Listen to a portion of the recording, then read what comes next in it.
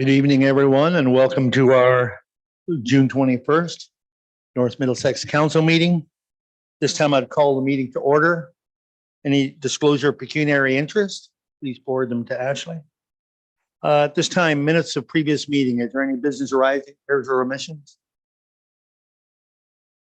Seeing none, we need a mover for that. Councillor Daigle, seconded by Councillor Nerda. All in favor? Carried. Thank you. At this time, we do have a delegation, and it's Chris Carrier coming from Firemark. If you'd like to come up, Chris, here to this table, welcome.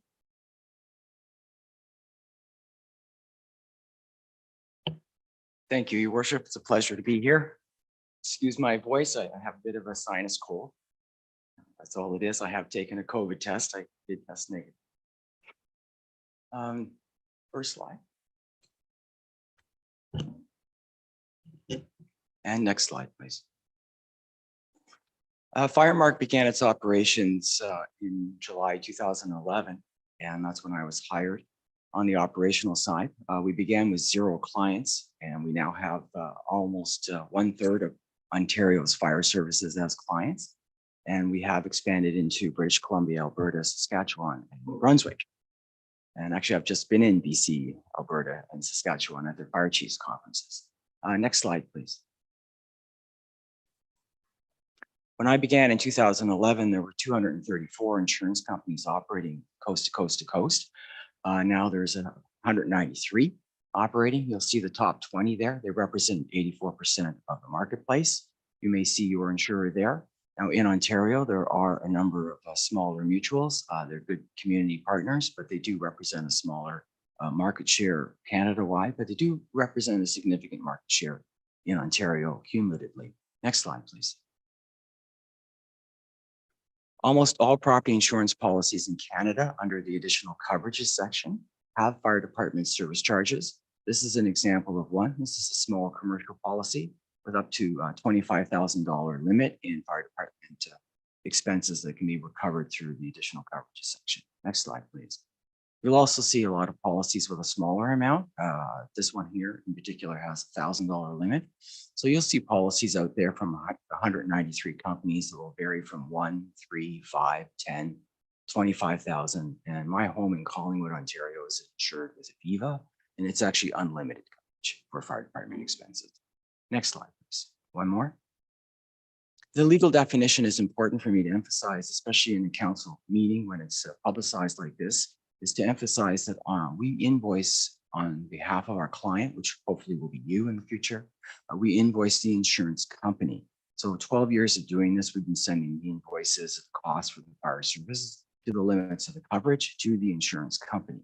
We are not asking the policyholder to pay and then get reimbursed by their insurer. That is not our process. Our process is to interact with the adjuster for the insurance company and to seek payment directly from the insurance company. Next slide, please. Next slide, please. There's 2 requests, one to enter into a contract with us, and the second request is, of course, to amend or to put forward a cost recovery standalone bylaw. The bylaw is necessary because it unlocks the insurance coverage within the contract.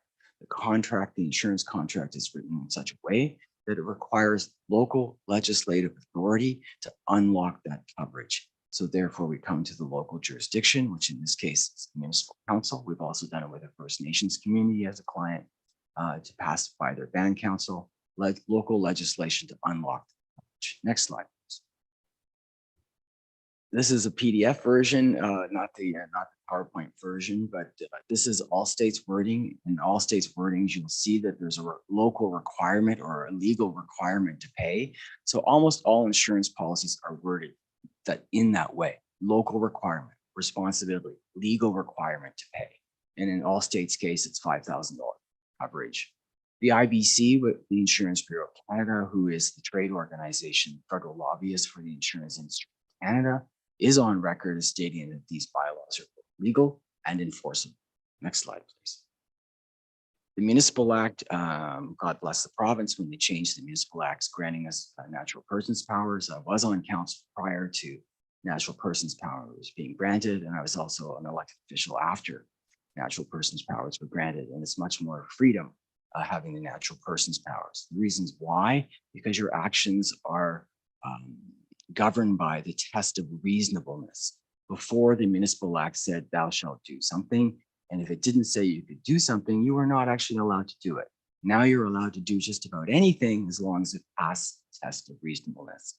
Is it reasonable for a local council to pass a bylaw to unlock the insurance contract to which you're not a signatory to, but you are entitled to the additional coverages section of the fire department service charges? The policyholder is not entitled to those monies. Only you are, only your fire services. The policy is written in such a way that if you don't write local legislation, you can't have the money. So of course, it's very legal for you to do this. It's reasonable for you to take that action to unlock that coverage, to put the industry on notice that moving forward, yes, you want to access this part of policy coverage. Next slide, please. I've reviewed this in detail with your fire chief and fire chiefs across the country.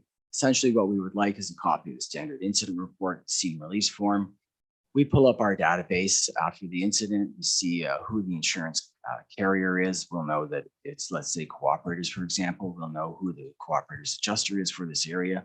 We will reach out to them and we will ask if so-and-so made a claim against the policy for the incident that occurred on the state. The adjuster will say, no, it was a small incident. They're not making a claim. We'll close the file and return it to the chief.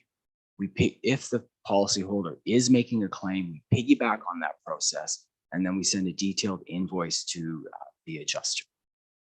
It takes about 14 weeks on average to receive payment back from the insurance industry. That's a broad generalization, but anyways, it's about 14 weeks on average. 8 days has been the quickest payment, and just under 4 years has been the longest payment. That was for a non-residential fire. It was an industrial fire. It had a maximum payout, so we had to wait all through that process until all of the other insurance coverages were paid out, but we still were able to recover $34,000 for our client. 70% of the funds are returned to you, 30% we retain to ourselves. In that example of 42 months, if we were unable to recover, there was no cost. There is no cost to the municipality unless you receive money, then we receive money. There's no annual, there's no minimum. Of the 1/3 clients that we have in Ontario, our largest is over 300,000 in population. Our smallest is under 500 in population. Everyone across the country is a 70-30 split. There is no variation to that. Next slide, please. The money stay within the fire service budget. If you take a look at the difference between a fee and a tax, municipalities have limited taxation powers. You have more broadly powers when it comes to fees. In 1998, the Supreme Court of Canada determined what, in the case versus URIG, URIG, what a fee was and what a tax is. So if a fee goes into general revenues, it becomes an indirect tax, and you may run afoul of the legislation. Because Firemark was created by a number of seasoned, long-serving insurance professionals, they put it in our contract that the money stays within the fire service budget. That protects you and it protects us from any litigation by any insurer who then makes a claim that it's become an indirect tax. You can stay in 3 broad categories: public education, next slide, please, personnel training, next slide, please, and capital purchases. With the cost of capital purchases, I'm sure you're acutely, painfully aware that the inflationary pressures on fire department costs have gone up. So it's always nice when you're going through the budget process to have an envelope of cost recoveries that you can now use towards the offsetting increased pressure of costs on the fire service. Next slide, please. This is deductible exclusionary. There is no deductible applied to this, so there is no harm to the policyholder. Next slide, please. And will it reduce the payment? Absolutely not. The policyholder is entitled to a maximum payout of $500,000. And if there's $5,000 sitting there in fire department eligible costs to be recovered, the policyholder will still receive $500,000, and the fire service can get $5,000.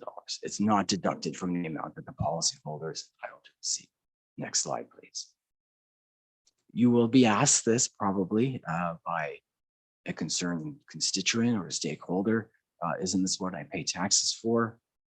In essence, yes, you do pay taxes to have a fire service that is ready and eligible. But your policy, your citizens, your property owners, your renters have also paid for this coverage within their insurance policy. They've paid for this coverage. The calculation of the premium is based on risk calculations, but it's also based upon the fact that the insurance company is expected to pay out on its line items, much like you do with your budget process. You put in, heat and hydro for this building is, let's say, $10,000 a year. You're expected to incur $10,000 worth of costs. The insurance industry has forecasted that they should be paying out. The fact that they haven't been paying out means it's a windfall profit center for them. And what we're doing is asking them to honor the coverage for which they've charged the policyholder. Next slide, please. There are some of Greg's colleagues across Ontario who are happy to receive a check.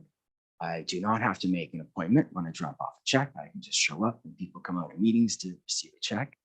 And as a former mayor, it's gives me great pleasure to drop in and see fire chiefs and drop off mine. I know how much their budgets need the extra influx of resources to protect our communities. And that's it in a nutshell. I'd be happy to answer any concerns or questions. Thank you very much. Questions from council? Questions from council? Councillor Keogh. Thank you, Mayor Rob. I do have one question with this. How do you find when there's a very large agricultural fire, and of course the agricultural community are business people, so in all essence the fire services are there, they extinguish the fire. The owner of the farm operation notifies his insurance, they have an adjuster out. So I guess I'm finding it to be that simple. Where do you guys come in? Or can you explain to me the need for you to be there? So the insurance industry is not obligated to tell you what's in the policy. So prior to 2010, there were only 2 communities in Canada that we are aware of that were invoicing directly to an insurance company should the opportunity arise. So it wasn't like the industry was running to municipal fire departments and saying, oh, we're charging for this coverage. Here's a check for you to offset your costs. So Firemark was started and created by a number of retired and semi-retired insurance adjusters. They were aware of this coverage. They were aware of the gap of people coming forward and agreeing just to give money to municipalities, fire departments. So they created a company which to advocate on behalf of municipalities. It's money that the policyholder has paid for the coverage. In the case of a farm, a lot of the farm policies have limited coverages of 1,000 to 3,000, maybe 5,000. The most dynamic marketplace in the last 4 or 5 years has been in the farm market. Intact Insurance has been buying up a number of farm mutuals. Their new policy wordings are increasing coverages to $25,000. So they're going through their book of business and they're looking at who is a better risk, and they're giving them a much better coverage. The other thing I would like to point out is that just because it looks like a farm and smells like a farm, it may not be a farm. And I say that because there was an incident near Waterloo, Ontario, where it was a horse barn. It was not built part for agricultural, it was built part for commercial. And a number of the horses that died, 6 of them were insured racehorses, and it was unlimited coverage. So it wasn't just a farm with limited coverage. The other point I would like to make is that insurance companies buy insurance for themselves. So almost all insurance companies, and especially the mutuals, you can look at their financial statements online. The numbers are not overwhelming, but you'll see that they're buying insurance for their property portfolios. So they're paying out the portion of claims on properties, and a portion of that is reinsured and they get the money back. The fire department coverage is part of that reinsurance package. So they've already paid, an insurance company has already paid for insurance and they would get the money back. There's no loss to the insurance industry. This is more about control of a process that they've had a systemic hold on for a very long time. So we're here advocating for resources that you're entitled to. We have large urban clients that have insurance adjusters within the Treasury Department. Those are the legal liabilities slips and fall specialists. Our team are property specialists, and we will recover those funds for you. All right, John. Other questions? Counselor Irwin. Do you have a list of references, of communities that we could talk to? So locally, if you would like, I can give you more. I have provided. Middlesex Center has been a long time client. You're a neighbor. Lucan Vidolph has been a client. Sarnia near you has been a client. North Huron has been a client, or is a client, I should say. So yes, if Greg, pardon me, Southwest Middlesex is also a client. So when I presented to the committee did ask for a list of names, and I did send some information through to Greg for them. But I can supply more if you would like.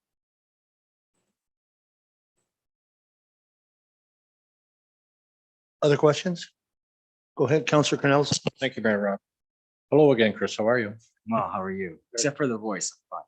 Sorry? Except for my voice, I'm fine. So that's okay. I do have some questions. I know I may have asked you this question before, but for the benefit of council here as a whole, I'd like to ask again. So my first question is, you mentioned that you're an organization that was established by a number of retired insurance professionals. What competition do you have? What other organizations do the same as you? As I'm aware, none. None? None. Is there a reason for that? It was created by our founders prior to 2010, when they were planning their retirement and what to do post-retirement. They saw the gap and they identified the gap. So I'm going to say they're going to let us take the toughness out of this path that we've embarked upon. And when it gets easy, that's when I see competition rise. Thank you. The other question I have, and I know I asked you this question before and I spoke to the chief about it as well. If we were to submit an invoice, okay, for the purpose of recovering costs from our fire services, when other departments come to assist through mutual aid, then of course they're going to submit an invoice as well. How does it, who then takes priority to recover costs when there's a limited amount of coverage with the one policy? So let's do an easy, through the chair to you. Let's do an easy one. So we're going to have your department responding within your geographic boundary and a neighbor coming in to help you from outside. So the bylaw that you've passed, any monies recovered are returned to within the geographic boundary. So it's going to come down to the limits of the policy. So the limits of the policy, especially, let's say it's $10,000, and there's been $5,000 in costs, 5,000 by you and 5,000 by your neighbor. So you're getting your money back. So why wouldn't you, as a good neighbor, turn a portion that we've returned to you and identified in the detailed invoice we've created, not the invoice you created, the invoice we created, and return those funds to him? That's what I would expect as a former mayor from a good community member. If there's no coverage or limited coverage of only $5,000, then the money is yours. Mutual aid, as you know, is free of charge, but there is a cost incurred. The insured peril is the resources that are incurred in response to that limit or response to that incident are recoverable subject to the limits of the policy. So if we can recover extra funds because those costs have been incurred by her, then they can be returned. If it's only $1,000 policy and $10,000 incurred, then you're going to be getting the funds and your neighbors. So it's always the priority or the primacy is the within the geographic area is our client. Okay. We do have clients that don't have a fire service, so they contract out to 3 of their neighbors, and they pay them differently. So some pay on a per call basis, some pay on an annual basis, but we calculate out what those costs and we return them to our client who does not actually have a fire service. So that raises an interesting follow-up question on the same category, because we also contract with other fire departments throughout our municipality. So if it's an area that is covered by contract, then that department would invoice. Is that correct? I'm sorry, that department would what? Well, you mentioned Lucan Vidolph is a client, Yes. okay? And they cover a portion of our municipality along Richmond Street. Right. So if they have a call out in our municipality for an area that they are contracted to cover, do they then submit an invoice since it's their contract Submit an invoice to whom? to the insurance company? No. So we would be notified of the incident, hopefully by Greg. And we would ask Greg to ask them for a copy of their standard incident report. And if they're invoicing you for the cost, then we would like a copy of that invoice. And then we would recover that invoice amount subject to the limits of the policy. I don't think you understood my question. My question is that area specifically designated to that particular fire facility or fire service to cover, we wouldn't go there. It'd be Lucan Bedol's fire service that attends those calls. Did you pay Luke and Badolf to attend the fire? Pardon? Did you attend, excuse me, did you attend? We contract with them for fire coverage. So you've incurred a cost. Yeah. So your municipality has incurred a cost. We would recover your cost subject to the limits of the policy, and those funds would be returned to you. One final question, I'll pass it on to my colleagues. You mentioned that the insurance company would never ask the customer to pay. Is that all insurance companies or only the major ones? Because my understanding is that one of the local insurance companies did indicate in my correspondence with them that we would have to bill the customer and they would reimburse the customer, not you or the municipality.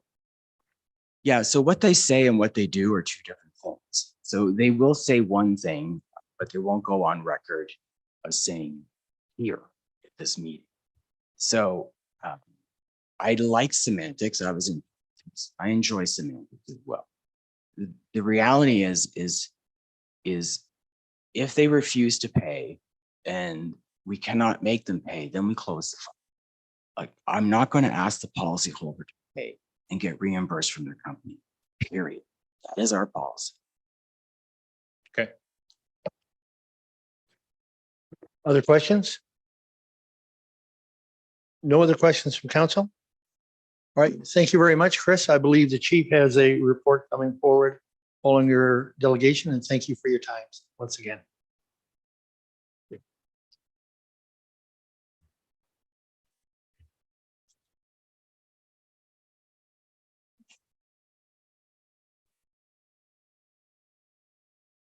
Your worship, members of council, based on Chris's presentation, I prepared a report recommending that council approves the proposal and we enter into agreement with Firemark. If there's any additional questions that I can answer, happy to do so. All right. Thank you, chief. Questions from council to the chief? Councilor Keo. Thank you, Mayor Rupp. Greg, I'm just really finding it hard to get my head wrapped around this. We have come this far without this service. What is not keeping us from carrying on without this service? There's nothing. With it being a new council, I wanted to bring this opportunity to the new council to explore. Firemark has presented to previous councils before. It being a new council, I wanted you to have the opportunity to learn about the service and make the decision rather than myself making a unilateral decision that we weren't going to go ahead with it. Okay. Any other questions for the chief? No other questions for the chief? We do have a recommendation in front of us, and that is a council received a report entitled Recovery of Fire Department Costs, and the council approves the fire marquee. Is it marquee or mark? Mark, thank you. That approves the fire mark proposal and its implementation to recover fire department costs through an amendment to the user fees and charges bylaw. Moved by Councillor Daigle. Is there a seconder for that? Do we have a seconder for the recommendation? Seeing no seconder at this time, appears that the wish of council is not to proceed at this time. I am looking for a motion to go into closed at this time. We're going to have an early closed session. Councillor Nerda, seconded by Councillor Irwin. and is to receive information on the following exemptions to security of property of the municipality or local board, fire hall construction approval of past